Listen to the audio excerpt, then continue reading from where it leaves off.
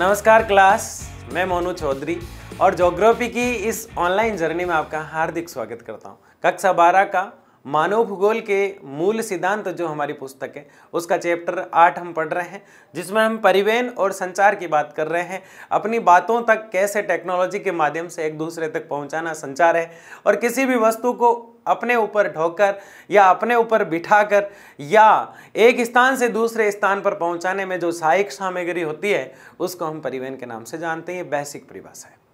और इसी चीज को आगे पढ़ते हुए आज हम देखने वाले हैं इस हमारे लेक्चर 4 में जल परिवहन क्या है। जल परिवहन कहने को तो एक नाव है जो एक स्थान से दूसरे स्थान पर चली जाती है, उसको हम जल परिवहन कह देते हैं। लेकिन ये जो ज्योग्राफी का पार्ट इन पिछले 2 या 3 चैप्टर में आ रहा है, ये पूरे विश्व यानी पूरे संसार के पूरे वर्ल्ड लेवल का है। एक बच्चे का पिछले लेक्चर में कमेंट आया, सर गोरखपुर का ही है अभी सबसे बड़ा रेलवे स्टेशन।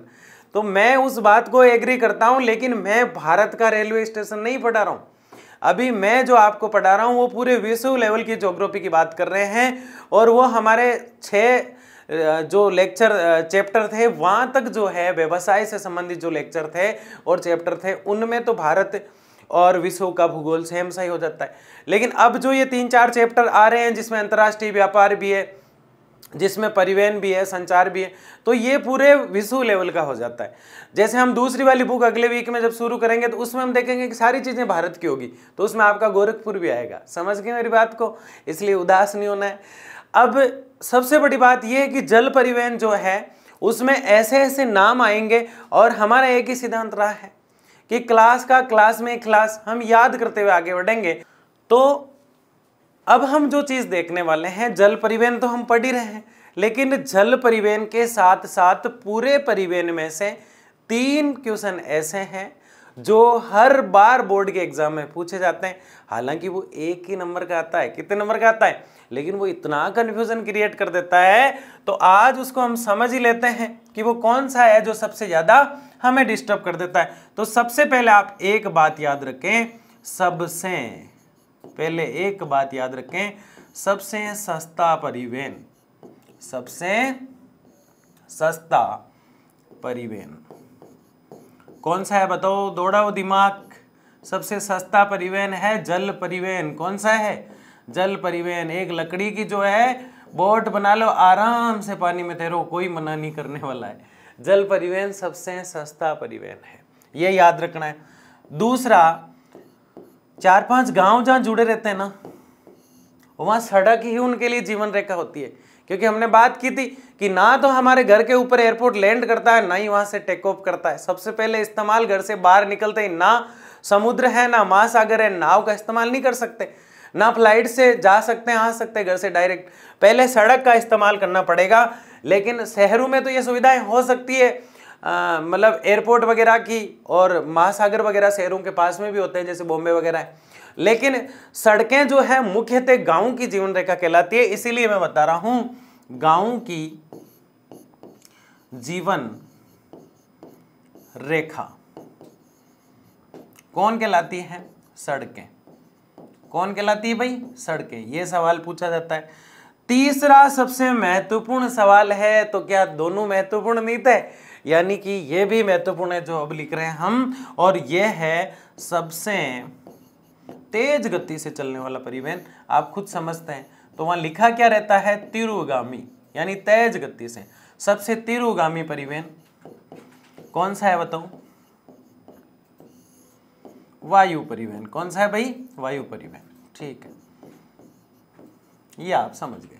ये तीनों चीजें हर बार बोर्ड में पूछी जाती है, हमें इसको याद रखना है। और वो प्रैक्टिकल लेने वाले जो महाशय आते हैं वो भी ये सवाल पूछ लेते हैं, तो आपको ये याद रखना है।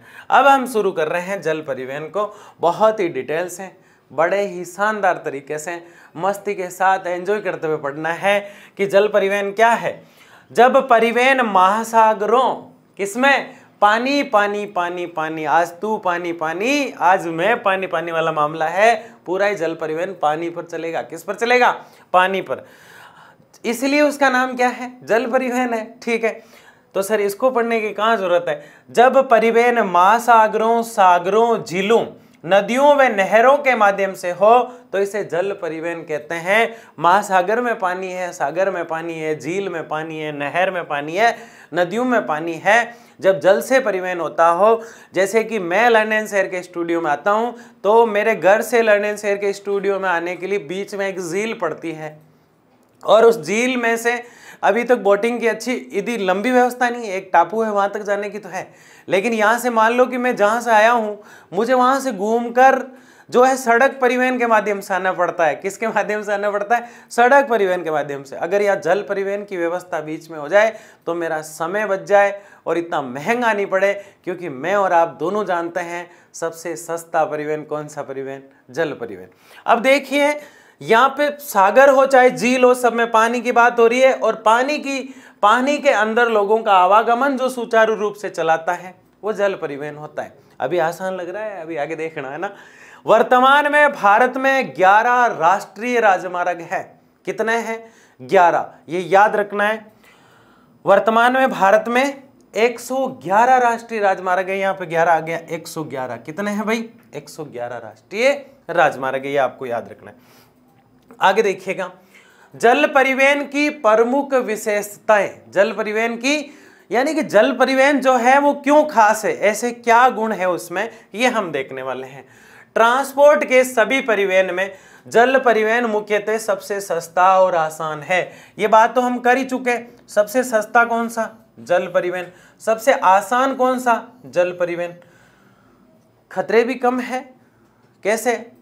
मतलब सबसे जब चाहे इसको रवाना कर सकते हैं, कोई दिक्कत नहीं। एक मौसम का ध्यान रखना पड़ता है। मौसम के समय अगर मौसम खराब है तो सबसे ज्यादा नुकसान भी इसमें, और मौसम खराब है तो हर परिवहन में नुकसान है, हर परिवहन में रिस्क है।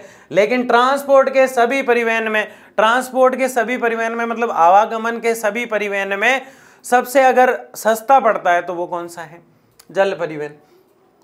जल मार्ग यानी जल के जो मार्ग होते हैं, नदियां, नहरें, झीलें और समुद्रों में यात्राएं होती है, यानी जल वाले क्षेत्र ही होंगे नदी, नहरें और जल मार्ग के निर्माण के लिए अधिक खर्चा किया जा रहा है। लेकिन पोटाश्रियोन के निर्माण से जल मार्ग को गहरा और सुरक्षित रखा जा सकता है, आदि पर कुछ धन व्यय होता है। ये क्या बात हुई? देखिए समझिए, जलमार्ग के निर्माण के लिए अधिक खर्चा किया जा रहा है। किस पर? पोटाश्रियोन का मतलब है पोताश्रय। क्या मतलब है इसका? पोताश्रय। क्या ये दादा पोता है? नहीं।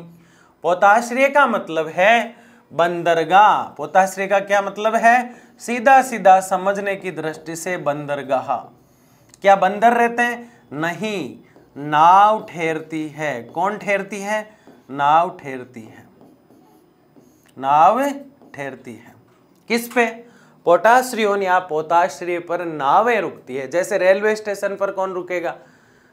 ट्रेन रुकेगी, रेल रुकेगी, बस स्टैंड पे बस रुकेगी। वैसे ही एयरपोर्ट जो होता है वहां अगर प्लेन रुकती है तो वो रनवे कहलाता है। ठीक उसी प्रकार से अगर नाव रुकती है तो बंदरगाह या पोताश्रय कहलाता है। उसे कई बार पतन भी बोल दिया जाता है। वो पतन खत्म वाला नहीं है, इस पे और तय है छोटा सा, ये पतन। ठीक है, यहां तक समझ में आ गया? कोई दिक्कत नहीं है। अब जो है निर्माण के लिए अधिक खर्चा किया जा रहा है और इनका निर्माण से जलमार्ग जो है गहरा होगा, सुरक्षित होगा। अब जल परिवहन का एक और फायदा है, घिसता नहीं है। सड़क तो गिर जाती है, फूट जाती है, टूट जाती है, बह जाती है, तो बहेगा क्या? जल खुद बहने वाला है, तो उसमें नुकसान आता है। इसमें एक ही जल सूख जाता है कभी कभी, तो पोटाश्रय बना दिया जाए तो सुरक्षित रहेगा। आदि पर कुछ धन व्यय होता है, खर्चा तो होता ही है, हर परिवहन में होता है, किसमें नहीं होता। आगे देखिएगा, नौकाएं, जलपोल आदि जल परिवहन के प्रमुख साधन है। नौकाएं, जलपोल, इसको हम जलपोत कह सकते हैं। क्या कह सकते हैं? जलपोत। पोत का मतलब होती है नाव। पोताश्रय, नाव रुकने का घर या जगह। आश्रय का मतलब स्थान, घर, किसका? नाव का, इसलिए उसको क्या कहते हैं? पोताश्रय। तो पोत को क्या कह देंगे? पोत आया हुआ है तो नाव कहेंगे। तो जल वाली नाव जो है आदि जल परिवहन के प्रमुख साधन है। नौकाएं भी क्या होती है? नाव होती है। नौकाएं क्या होती है? नाव। पहले ही नेविगेशन से बना था, फिर नावें कहलाई, नौकाएं कहलाई, जलपोत कहलाए, जल में चलने वाले ऐसे पोत यानी ऐसी नावें। ठीक है ना। सामान्यतः ज्वालामुखी और भारी पदार्थ कोयला, लौह अयस्क, खनिज पदार्थ, अनाज आदि को ले जाने के लिए जलयानों का प्रयोग किया जाता है। यानी कि जैसे ज्वालामुखी आप सब जानते ही हैं, पानी के अंदर ज्वालामुखी फूट गई तो इसको साफ करने के लिए यहाँ से जो है अंदर से, पृथ्वी के अंदर से यहाँ मैग्मा निकला। क्या निकला अंदर? मैग्मा। जब मैग्मा ठंडा हुआ तब क्या बना? लावा। और जब ये लावा बना तो आग्नेय जैसी, इग्नियस जैसी चट्टानें, सेंडिमेटस, अवसादी जैसी, काइंथ्रिस जैसी चट्टानें बनी।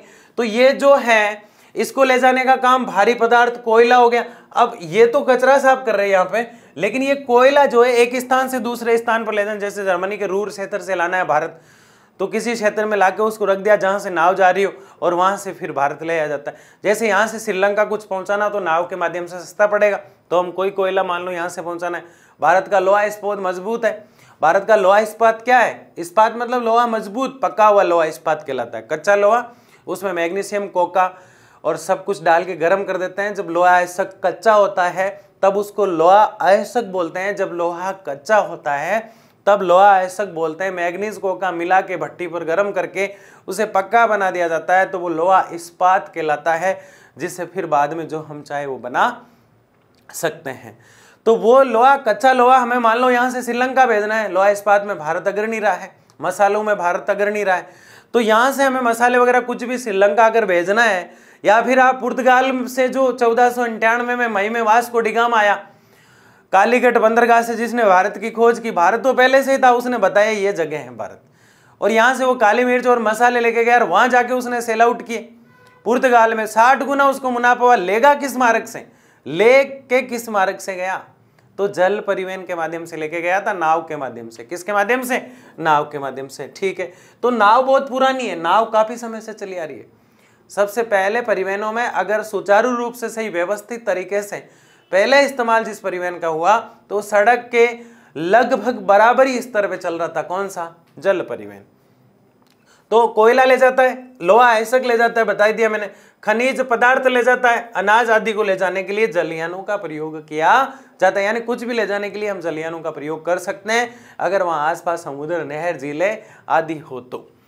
अब ऐसा नहीं कि आपके गांव वाले तालाब में जो है इधर से इधर की चीज़ ले जाने के लिए वहाँ पे ही जलपोत लगा दिए, बंदरगाह बना दिया, पता चला अगले 2 महीने बाद पानी सूख गया, जलपोत पड़े खराब हो गए, पड़े है ना। ठीक है, नदियों और झीलों में जल की गहराई और मात्रा के अनुसार नौकाएं और छोटे बड़े जलपोत भी मौजूद होते हैं। भाई नदियां अगर छोटी हैं तो छोटे जलपोत होंगे। जलपोत कुछ भी नहीं है, डरना नहीं है, जलपोत नाव है। जल में चलने वाला पोत, जल में चलने वाली नाव जलपोत कहलाती है। नौकाएं भी नाव है। तो ये डरावने नाम आ रहे हैं लेकिन डरना बिल्कुल भी नहीं है, अभी तो बहुत सिंपल आ रहे हैं। ठीक है ना, आगे देखिएगा। जल परिवहन को 2 प्रकारों में बांटा गया है, एक तो आंतरिक जलमार्ग और समुद्री या ओशियन जलमार्ग। देखो जल परिवहन को कई भागों में बांट सकते हैं, 2 प्रकार हमें बताया जा रहा है 12th में, तो 2 ही याद रखना है। अब देखो, एक तो जल परिवहन वो होता है जो गोताखोर होते पानी के अंदर चला करते हैं, तो आंतरिक रूप से अंदर की तरफ चला करते हैं। और कुछ नहरें होती है, नहरों के बीच में से परिवहन बना दिया जाता है। एक परिवहन वो होता है कि जो लोगों को, माल को, सबको ले जाके पानी के ऊपर ऊपर चलती जा रही है। अब देखो ऊपर ऊपर पानी के चलती जा रही है तो बाहरी परिवहन के रूप में बाहरी जल परिवहन है ये पे। लेकिन एक गोताखोर पानी के अंदर अंदर जा रहा है, अंदर से हीरे ढूंढते हुए, तो वो आंतरिक जल परिवहन की कैटेगरी में आता है। तो ये पूरी डिटेल से पढ़ने वाले हैं हम, इसलिए इस पे ज्यादा चर्चा यहाँ नहीं कर रहे। जल परिवहन के लाभ क्या है? मैं तो कहता हूँ लाभ ही लाभ है, नुकसान क्या है? कुछ भी नहीं है। माल पहुंचाना है, पहुंचा देगा, सस्ता पड़ रहा है, बिल्कुल दिक्कत ही नहीं है। सबसे सस्ता परिवहन का साधन, क्योंकि जल का घर्षण स्थल की तुलना में कम होता है। क्या कह रहे हैं हम? सबसे सस्ता परिवहन है। क्या है? सबसे सस्ता। अब दूसरा इसने बताया कि घर्षण तो होता ही नहीं है। भाई जल का क्या घिसेगा, सूखेगा, वो बात एक अलग है, लेकिन सड़क की तरह घिसेगा तो नहीं कि ये जो हमने सड़क पे बिछाया है वो थोड़े दिन बाद मलबा अलग हो गया और फिर सड़क के नीचे से कंक्रीट निकल गए, ऐसा इसमें खर्चा नहीं है बार बार का कुछ भी। सबसे सस्ता परिवहन का साधन है क्योंकि जल का घर्षण नहीं होता है, स्थल की तुलना में कम होता है। क्या इसका घर्षण हो रहा है? स्थल की तुलना में कम होता है, इससे क्या मतलब है? पानी सूखने लग जाता है। ठीक है ना। इसमें ऊर्जा की बचत होती है, ज्यादा कोई पेट्रोल डीजल वाली गाड़ियां नहीं चाहिए। एक बार बूस्ट कर दिया, नाव काफी दूर तक चलती रहेगी हवा के झोंके से, हवा के लहरे से। ठीक है। आधे तो वो चलते हैं जिसमें तो ऊर्जा की बिल्कुल जरूरत नहीं होती, मानव श्रम लगती है उसमें, मानव की मेहनत है ना, ऐसा नहीं वो जेड जी वाली श्रम लगती है घूंघट वाली, वो नहीं। श्रम का मतलब यहाँ क्या है, मेहनत लगती है। एक लोग इधर बैठ गया, एक व्यक्ति इधर बैठ गया और दोनों बड़े बड़े लकड़ी के जो है डंडे लिए रहते हैं, पानी को यूं घसीटते रहते हैं अपनी तरफ, नाव आगे जाती रहती है, जगह मिलती रहती है, तो उसमें तो कुछ खपत ही नहीं होती, सिर्फ पसीना जो है वो बाहर निकलता है। ठीक है, लेकिन ये बड़ी नावें जो होती है अंतर्राष्ट्रीय जल प्राधिकरण में, उनकी बात हम कर रहे हैं, इसमें ऊर्जा की बचत होती है, भारी सामान के परिवहन के लिए उपयुक्त है। भारी सामान जो होता है एक स्थान से दूसरे स्थान पर, अब मुझे बताओ यहाँ से श्रीलंका मुझे कुछ माल पहुंचाना है, तो मैं जो है वायु परिवहन के माध्यम से कितना ले जा पाऊंगा, नहीं ले जा पाऊंगा। मैं सबसे ज्यादा उपयोग किसका करूंगा, जल परिवहन का। अब आप कहेंगे सर सड़क परिवहन तो मुश्किल है, श्रीलंका ले जा सकते हो क्या सड़क के माध्यम से, पानी पानी है, तो हमारी मजबूरी भी है, इसलिए जल परिवहन जो उपयुक्त भी है, मजबूरी के लिए काम में कम लिया जाता है, उपयुक्त है हर चीज के लिए। ठीक है, मार्ग निर्माण में रखरखाव की समस्या नहीं है, रास्ते नहीं बनाने पड़ते, रख रखाव की भी समस्या नहीं है, कोई कुछ भी है ना, चलता रहता है चलता रहता है। कई नावें तो ऐसी होती है जो 6-6 महीने तक चलती रहती है, सब कुछ सामान अंदर रहता है और सब कुछ चलता रहता है, तो ये नाव परिवहन है। तो हमने जल परिवहन के जो लाभ है उनकी बात की, और जल परिवहन के मैंने कहा ना नुकसान कुछ भी नहीं है, लाभ ही लाभ है, सारे क्या है, लाभ ही लाभ है। अब हम वो चीज देख रहे हैं कि जल परिवहन जो है उसके अंतर्गत कौन से ऐसे जल परिवहन है जो पूरे विश्व में फेमस है, और उनकी अगर बात करें तो वो हमारे सामने निकल कर आते हैं। और इनको मैंने डिटेल से ज़्यादा नहीं लिया है क्योंकि इनके नाम ही जो है इतने खतरनाक है, तो ज़्यादा इसको कई एनसीईआरटी जो अपने स्टेट लेवल पे, कईयों ने इसको हटा दिया, कईयों ने इसको पूरा रखा है, तो हम इस लेक्चर में इनके सिर्फ नाम याद कर रहे हैं। पहला है नौ परिवहन के लिए अंतर्राष्ट्रीय समुद्री मार्गों की सूची जो ये है, यानी कि ये सारे जो है, इसमें पहला है दक्षिणी अंटार्कटिक महासागर जल मार्ग। पहला कौन सा है, दक्षिणी अंटार्कटिक, कौन सा है, दक्षिणी अंटार्कटिक। ये मार्ग उत्तरी अमेरिका और यूरोप को दक्षिणी अमेरिका से जोड़ता है, यानी कि उत्तरी अमेरिका और यूरोप को, उत्तरी अमेरिका और यूरोप दोनों को दक्षिणी अमेरिका से जोड़ता है। कौन सा, दक्षिणी अंटार्कटिका महासागर महामार्ग, जल मार्ग जिसे हम कह सकते हैं। तो दक्षिणी अंटार्कटिका महासागर जो जल मार्ग है वो यूरोप और उत्तरी अमेरिका दोनों को दक्षिणी अमेरिका से जोड़ता है। ये ज्यादा पूछा जाता है इसलिए इसमें मैंने लिखा भी है। फिर आता है ये दक्षिणी अंटार्कटिक महासागर वाला जल मार्ग था, जबकि अगला जो है उत्तरी है, बस और कुछ भी चेंज नहीं है, यानी इसमें जो दक्षिणी था वो इसमें उत्तरी हो गया, बस इतना याद रखना, दो तो यही याद हो जाते हैं। पहला, दोनों ही अंटार्कटिक है, एक दक्षिणी अंटार्कटिक है, आगे तो आपको महामार्ग में जल मार्ग जोड़ना ही है, यानी महासागर के साथ जल मार्ग जोड़ना है, महामार्ग नहीं, वो तो सड़क परिवहन में आ जाता है। पहला दक्षिणी अंटार्कटिक महासागर वाला जो क्षेत्र है उसके आगे जल मार्ग लगा दो, और दूसरा उत्तरी अंटार्कटिक, दो तो याद हो जाते। तीसरा भूमध्य, यानी कि ये हमारा जो ग्लोब होता है इसके बीचों बीच में जो चल रहा है उसको कह रहे हैं हम भूमध्य सागर जल मार्ग। पहला दक्षिणी, कौन सा दक्षिणी, अंटार्कटिक, दूसरा उत्तरी, क्या उत्तरी, अंटार्कटिक। ठीक है, तो दक्षिणी अंटार्कटिक, उत्तरी अंटार्कटिक महासागर जल मार्ग, और इस भूमध्य रेखा के ऊपर ऊपर जो चल रहा है भूमध्य सागरीय जल मार्ग। भूमध्य के ऊपर एक केप लगी हुई है, क्या लगी हुई है, दक्षिणी अंटार्कटिक, उत्तरी अंटार्कटिक और भूमध्य के ऊपर एक केप लगी हुई है, तो याद हो जाता है केप ऑफ गुड होप जल मार्ग, केप ऑफ गुड होप। आसानी से बोलते हुए मजे के साथ याद करो, केप क्या याद करना है, केप ऑफ गुड होप, आसानी से याद हो जाता है। फिर केप जैसे ही उतरती है तो प्रशांत जो है वो दुखी हो जाता है। कौन दुखी हो जाता है, प्रशांत दुखी हो जाता है, उत्तर प्रशांत महासागर जल मार्ग। कौन सा आ जाता है, अरे भाई दक्षिणी अंटार्कटिक, उत्तरी अंटार्कटिक और भूमध्य के ऊपर केप, केप जैसे ही उत्तरी प्रशांत दुखी हो जाता है और दक्षिण दिशा में जाकर प्रशांत बैठ जाता है। पहले केप को उतारते हैं तो प्रशांत दुखी हो जाता है, और फिर केप जो है वापिस प्रशांत पहनता है, तो उत्तर दक्षिण आपको याद हो जाते हैं, दोनों में प्रशांत है, दोनों में कौन से, और फिर प्यार से बोलो जय हिंद, क्या बोलो, तो हिंद महासागर के जल मार्ग याद हो जाते हैं। कितना आसान है सर, आप तो कह रहे थे बहुत कठिन है, अरे कुछ भी कठिन नहीं है। दक्षिणी अंटार्कटिक, उत्तरी अंटार्कटिक, हाँ, उसके बाद भूमध्य के ऊपर केप और प्रशांत उत्तर, और प्रशांत दक्षिण और जय हिंद बोलना है, ऑटोमेटिक याद हो जाते हैं। यह है पूरे विश्व लेवल के जो जल मार्ग है उनकी बात हम कर रहे हैं आपसे। किसकी बात कर रहे हैं? इतने इंटरनेशनल लेवल के जल मार्ग मेरे इन लाडले और लाडलियों ने यूं चुटकियों में याद कर डाले कि कौन सा अटलांटिक, कौन सा प्रशांत, कौन सा हिंद, कौन सा भूमध्य, कौन सा केप, सारे के सारे होप याद हो गए हमें महासागरीय जलमार्ग जो है। तो इससे आगे अगर हम देखें तो बहुत ही प्यारी सी चीज जो हमारे सामने निकल कर आती है वो है स्वेज नहर। ये बहुत इंपॉर्टेंट है और स्वेज नहर और पनामा नहर दो ऐसी नहरें हैं जलमार्ग से संबंधित एक महत्वपूर्ण स्थान रखती है और दोनों ही एग्जाम में पूछी जाती है। खास बात क्या है? दोनों ही एग्जाम में पूछी जाती है। तो अभी हम देख रहे हैं स्वेज नहर और इसे अंगुलियों पे करते हैं। स्वेज नहर जलमार्ग लाल सागर से जुड़ा हुआ है। स्वेज नहर किससे जुड़ा हुआ भाई? लाल सागर, ये देखो दिखाई दे रहा है, लाल सागर से जुड़ा हुआ है, जो एशिया और यूरोप के बीच छोटा सबसे समुद्री लिंक, सबसे छोटा समुद्री लिंक है। किसका लिंक है? एशिया और यूरोप को, एशिया और यूरोप को, यानी यूरेशिया को। किसको? यूरेशिया को। एशिया और यूरोप को जो जोड़ रहा है, एशिया और यूरोप के बीच सबसे छोटा जो समुद्र का लिंक है जो जलमार्ग से जुड़ा है और लाल सागर के पास से गुजर रहा है, वो स्वेज नहर का रास्ता है। ये मिस्र में एक कृत्रिम समुद्री जलमार्ग है, यानी ये मूलतः जो स्वेज नहर है ये मिस्र देश की है। कहाँ की है? मिस्र देश की है। लेकिन स्वेज नहर जलमार्ग लाल सागर से जुड़कर, स्वेज नहर जलमार्ग लाल सागर से जुड़कर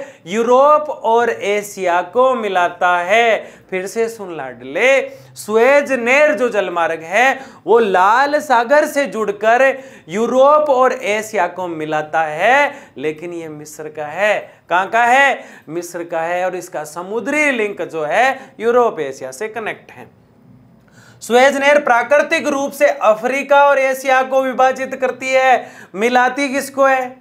दोनों को किसको मिलाती है?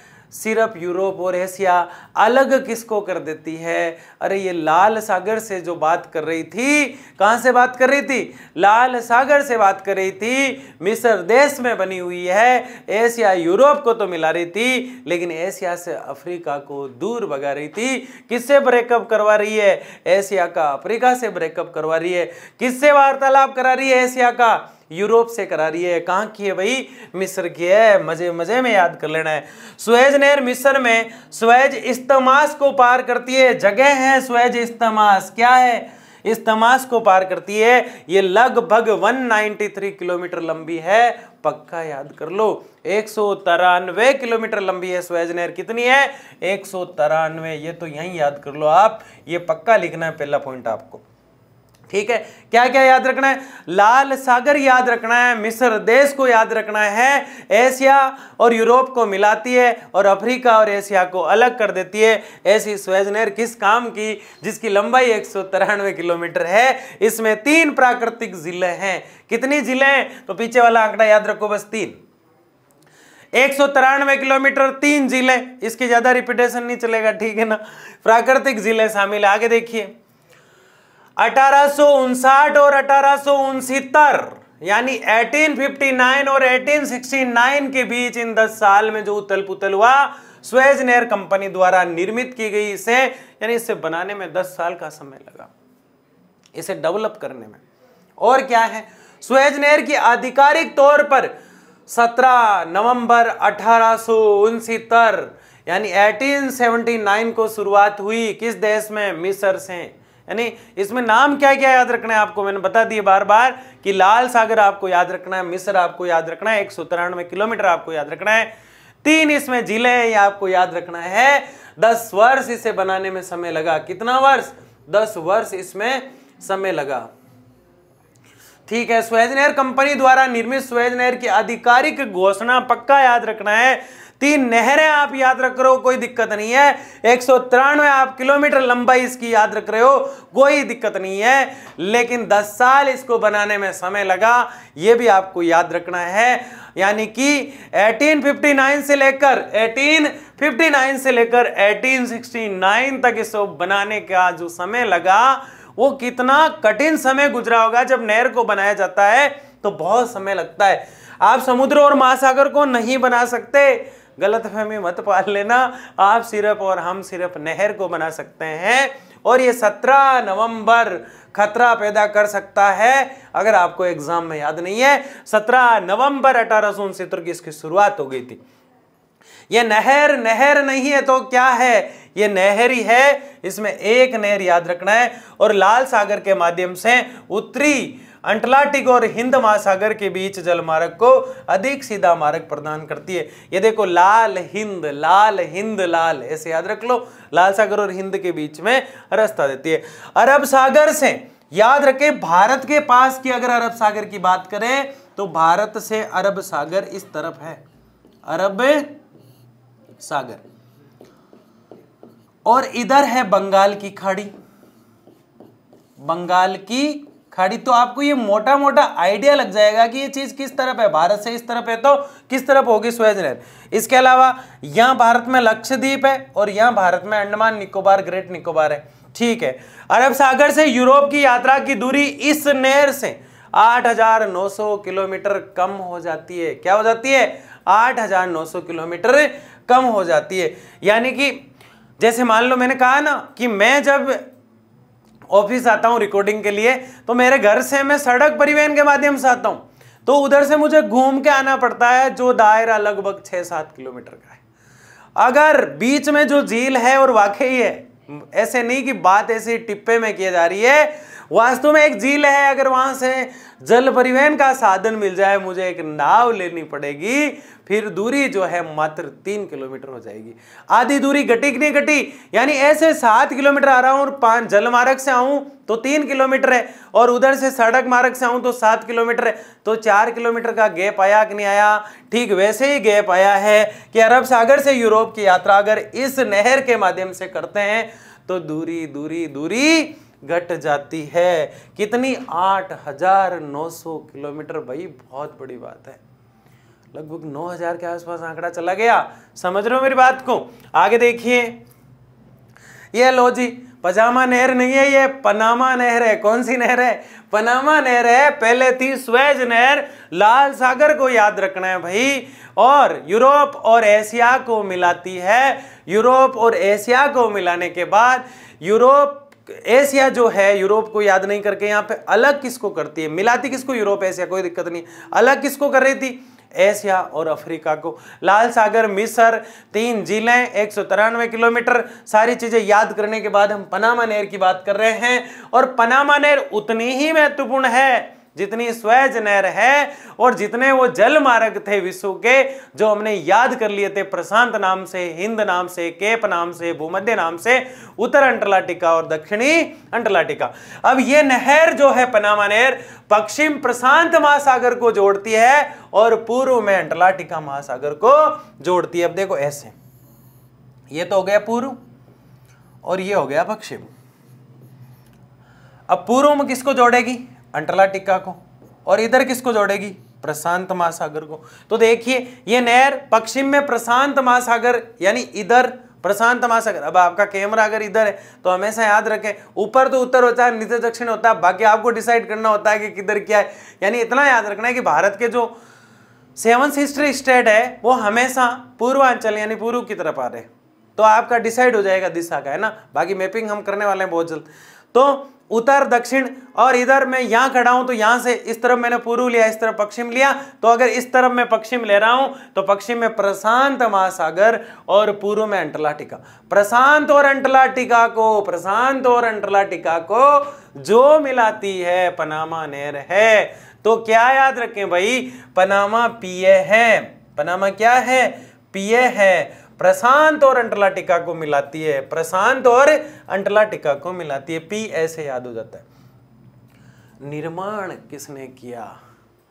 वैसे सुएज नहर का मिस्र ने किया था, लेकिन पनामा का निर्माण करने वाला वही देश है जो जहां से हमने मूल अधिकार लिए भारत में। क्या लिए? और वो है अमेरिका। पनामा नगर प्लस कोलोन के बीच स्थान पर यह है। यह है कहां? तो ये पनामा जो नगर है, क्या है, पनामा नगर से लेकर कोलोन के बीच इसे स्थापित या निर्मित किया गया। लंबाई तो मात्र ही ना तो 193 है ना 90 है, ओनली फॉर 72 का आंकड़ा है। कितना आंकड़ा है? 72 का आंकड़ा। 193 सवेज है तो 72 पनामा है, ये याद रखना है। इसमें कोई जिले विले का लपड़ा नहीं है, उसमें 3 जिले थी, आपको याद है। इतना याद अगर कर लेते हो तो चुटकियों में इस बार हम 100 पार करने वाले हैं, बहुत आसानी के साथ। आगे देखिएगा, बहुत ही प्यारी चीज देख रहे हैं हम। इस नहर में कुल 6 जल बंधक है। जल बंधक का मतलब है यानी जल को रोकने के लिए जो बांध बनाए जाते हैं उनको यहाँ जलबंधक किया जा रहा है, उनका नाम यहाँ जलबंधक दिया जा रहा है। डरावनी सी ये शब्दावली जो प्रयोग की जा रही है, ज्योग्राफी तुझे हम माफ नहीं करेंगे। जलबंधक हम जानते हैं क्या होता है, जो बांध होता है। तो इस नहर पर कितने जलबंधक है, कितने बांध है? 6 बांध है। कितने किलोमीटर है? 72। कितने जलबंधक है? 6। इसका आर्थिक महत्व स्वेज नहर से कम है भाई। 8,900 किलोमीटर की दूरी को वो घटा देती थी, ये कितनी घटा रही है? 13,000 किलोमीटर को घटा रही है। लेकिन कोई फायदा नहीं है, क्योंकि उस क्षेत्र में ज्यादा निर्यात आयात नहीं होता है। किसी भी जलीय मार्ग हो, चाहे सड़क परिवहन हो, चाहे स्थल परिवहन का रेल परिवहन, सड़क परिवहन, चाहे वायु मार्ग का वायु परिवहन हो, चाहे जल परिवहन हो, उसका महत्व तभी है जब वहां क्या होती है, परिवहन के साथ आयात निर्यात, इंपोर्ट एक्सपोर्ट, आदान प्रदान अगर वस्तु का होता है तो वो क्षेत्र वाकई जो है उस परिवहन पर निर्भर हो जाता है। इसीलिए स्वेज नहर वाले क्षेत्र में ज्यादा आयात निर्यात होता था, तो औद्योगिक दृष्टि से और व्यापारिक दृष्टि से महत्वपूर्ण थी। इसमें नहीं होता है तो ये बेचारी महत्वपूर्ण नहीं है, बस इतना याद रखना है। इसे न्यूयॉर्क से लेकर फ्रांसिस्को, सैंट फ्रांसिस्को दोनों के बीच की जो दूरी है वो 13,000 किलोमीटर कम हुई है। कितनी कम हुई है? 13,000 किलोमीटर। किससे हुई है भाई? किससे हुई है? इस स्वेज नहर से कम हुई है। तो आपको याद क्या रखना है, कुछ आंकड़े जो हैं वो बेसिक आपको भी याद होना चाहिए। 193 का नाम आते ही आपको जो है ऑटोमेटिकली स्वेज नहर जो है उसके जो इससे पहले पढ़ी, अब यहाँ आपको स्वेज नहर दिखाई दे रही है। इसका मतलब ये है कि जो स्वेज नहर हमने पढ़ी है उससे कम में तो इसका ये स्वेज नहर नहीं है, पहले ही बताया पनामा नहर है। तो 193 किसका था? स्वेज नहर का। क्या है लंबाई? 72 किसकी लंबाई है? पनामा की। 6 जल प्रबंधक किस पे है? 3 झीलें किस पर है? तो ये आसानी से आपको आंकड़े रफली करके याद कर लेने हैं। तो ये चीज बहुत अच्छे से 13,000 किलोमीटर की दूरी है कम कर देती है, या आपने समझी। एक एक चीज को हमने जाना, एक एक चीज को हमने समझा, कोई भी ऐसी चीज हमने नहीं छोड़ी है। आपको इस लेक्चर में याद क्या करना है, एक तो वो जो जल मार्ग थे, जल परिवहन होता है क्या, इसको रटने की अब बिल्कुल भी जरूरत नहीं है, ना कहीं लिखने की जरूरत है, ये तो आसानी से समझ में आ जाता है, कोई दिक्कत नहीं है। जल परिवहन सबसे सस्ता है, ना घिसता है ना कुछ बिगड़ता है, पानी सूखता है वो बात अलग है। और इसमें जलीय नौका या जलपोत, बंदरगाह, पोताश्री ऐसे नामों के इस्तेमाल होते हैं जो आपने समझ लिए। लेकिन मेन बात इसमें यह थी कि उन जलमार्गों के नाम याद करना जो हमने आसानी से इसी क्लास में समझने का प्रयास किया। उसके अलावा स्वेज नहर और पनामा नहर किस किस को समझ में आ गया, कमेंट बॉक्स में जरूर कमेंट करें। और इससे अगला लेक्चर इससे भी ज्यादा इंटरेस्टिंग है। तब तक के लिए धन्यवाद, मिलते हैं अगले लेक्चर में। Bye bye, see you.